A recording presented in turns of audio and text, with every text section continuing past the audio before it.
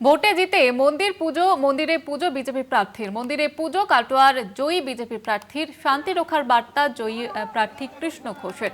আমাদের প্রতিনিধি চন্দন সেনগুপ্ত রয়েছেন আমাদের সঙ্গে টেলিফোন লাইনে। চন্দন, ঠিক কি বার্তা দিলেন তিনি? যে বিজেপি যে বিপুল সংখ্যাগরিষ্ঠতা লাভ করে ক্ষমতায় এলো, তারপরেই কিন্তু বিভিন্ন জায়গায় বিজেপির যে কর্মী সমর্থকরা রয়েছে তারা কিন্তু বিভিন্ন জায়গায় একটা অশান্তি সৃষ্টি করতে পারে এমনটাই মনে করা হচ্ছে, এবং কিছু কিছু জায়গায় এরকম অশান্তি হয়েছিল।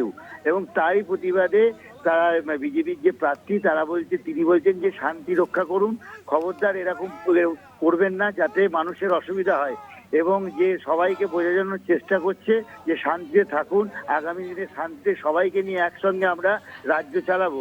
এবং সেই লক্ষ্যেই তিনি আজকে অগ্রদ্বীপের মন্দিরে পুজো দেন এবং শান্তি কামনায় যজ্ঞ করেন, এবং তিনি বলেন সমস্ত কর্মীদের উদ্দেশ্যে তারা যেন শান্তিতে থাকে, কোনো রকম ঝুট ঝামেলায় না যায়। অর্থাৎ এক কথায় বলা যাচ্ছে যে তিনি শান্তির বার্তা দিলেই কিন্তু এই মন্দিরে পুজো দিলেন এবং যজ্ঞ করলেন।